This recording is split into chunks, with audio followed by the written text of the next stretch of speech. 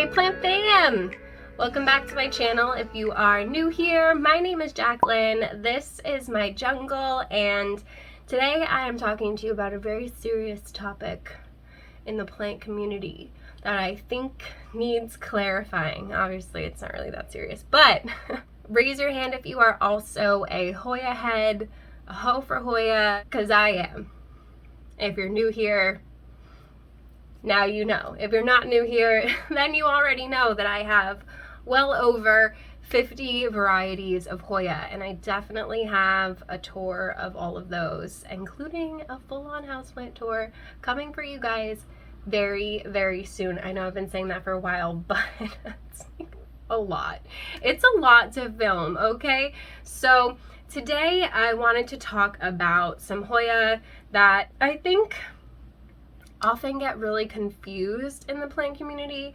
I know that this one in particular was mass produced under the wrong name. So a lot of people are just really confused about what these plants are, the differences between them, and how to actually identify it. So I have been brought here today to share with you the difference between a Hoya Burtoniae and a Hoya species affinity Burtoniae, aka Hoya Bilobata, aka DS-70, aka who the hell knows what other people are calling it.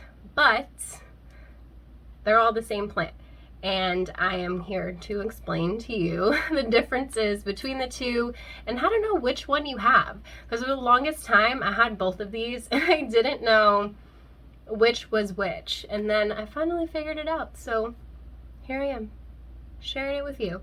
I want to start with like the actual Burtoniae and what it looks like, and that is this one right here. So this is your classic Hoya Burtoniae. You see the cute little sun-stressed maroon leaves that come in when they're new, and then they just turn into a regular green. They have the lighter green undersides. They're kind of soft, a little bit felted, and you can see some of that green edging like still kind of almost curl around and create like a little bit of a cup. I don't really know how else to explain it, but it creates kind of like this little edge that tends to curl over, if that makes sense.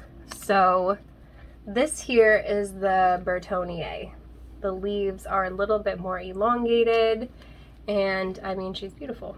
She's a very easy bloomer, by the way. I have many peduncles. I have more cuttings of this plant rooting over there that eventually will get potted up with this one. This plant actually originally came from Sarah over at Peanuts Plants a really long time ago, so I'll link her for you guys. Definitely go check out her channel. She's the cutest thing on the face of the planet. And then over here, I have the Hoya species affinity Burtoniae.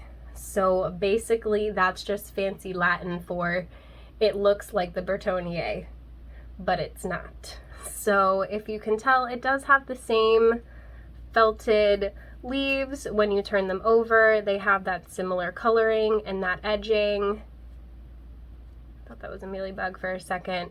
So it's understandable how these can get confused. The new growth comes in the same type of burgundy color, and it pretty much looks the same. It's not until you're really able to get them side by side that you can notice clear differences, at least in the shape of the leaves is really honestly the only difference. You can even see the new growth that comes in here comes in a lot more like rounded, if that makes sense, as opposed to the new growth here that comes in more oblong. And I don't know why they get taco shaped like this, but they get taco shaped like this. They're not thirsty, they're very stiff.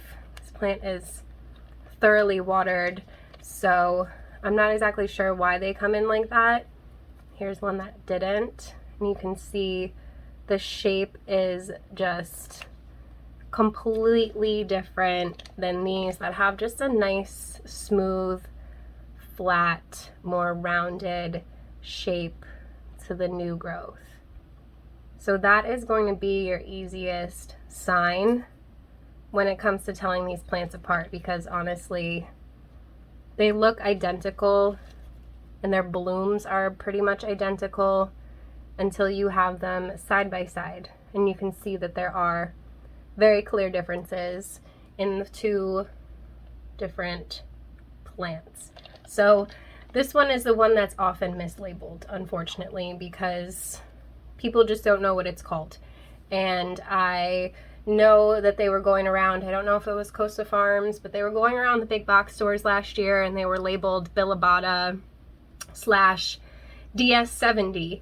So when David came across one in the store, I was like, well, I don't need it. I have one already. Like I have the Burtoniae, I have the Bilobata, the DS-70. I had no idea that they were different. You know what I mean? So hopefully this can help clarify for you guys. They have the same exact care needs. I keep this one under my Mars Hydro, which is why it's a little bit more sun stressed. You could see it gets this really beautiful like maroon edging when it's sun stressed, and this one is just chilling in my southeast facing window getting some nice bright sort of direct / indirect light. I hope that that's helpful for you guys to help you identify which Hoya you have in your collection, if you have one or both, or you want one or you want both, or you have one and you want the other but you don't know which one you have. This is the video for you. So if I had to choose between the two, I love the way that this one trails and the way that the leaves kind of just like lay onto each other. This one is just as beautiful, don't get me wrong. They're just clearly two very different plants once you can actually get a good look at them. So really, really easy to tell when they're thirsty. The leaves will get bendy. This one can definitely use a little sippy sip, but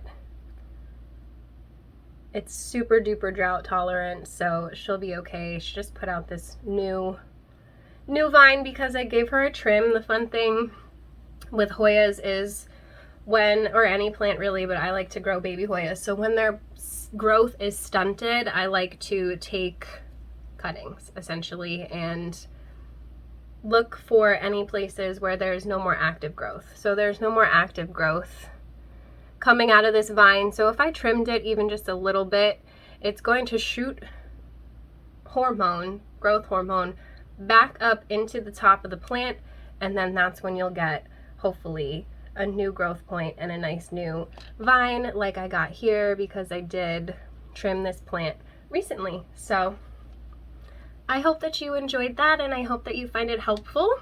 If you did, please give this video a thumbs up. Don't forget to subscribe, hit the notification bell so you don't miss anything from me. And this shirt, in case you're wondering, not that you can really see it, is from Boredwalk Tshirts. It's super cute. I like it. This is the women's short sleeve V-neck in a size small. It's got cute little carnivorous plants on it, and it says "Gloom where you're planted." Melancholy, baby. So they have lots of other really cool, fun, sarcastic, silly things on their website. They have sweatshirts, t-shirts, men's, women's, unisex, the whole nine. So I've got a discount code for you guys. It's just Jaclynn's Jungle for 10% off, I believe.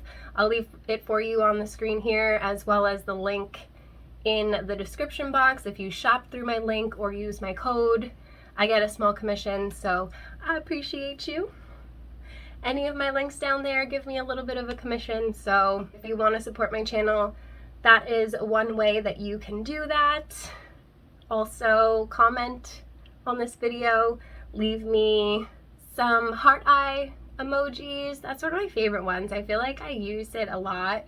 And let me know that you found this video helpful, and I will do more like this, where I'm showing you the differences between two different plants that often get really confused or mislabeled. So I enjoy knowing the names of my plants and the whole science behind everything, and if you enjoy it, then definitely stick around and let me know if you want to see more videos like this. So You can also support my channel by clicking on the Venmo or PayPal links that I have down there if you want to donate, help a sister out, buy me a Starbucks. Anything is appreciated. If not, just watch some of the ads, girl.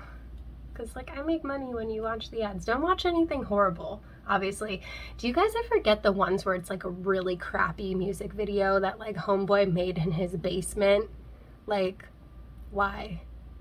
Just why? I got one time. It was, like, this really bad rap song. And you can tell that he spent, like, a lot of money on it. And, like, the production looked really good. But the song was absolute trash and homeboy had no talent. And it felt really bad for him that he spent all this money. Well, it was probably his parents' money, realistically. But I digress. Don't watch any horrible ads, but, you know, a few here and there helps a sister out. I'm going to stop rambling. I appreciate you, fam. And I hope to see you in the next one. Bye.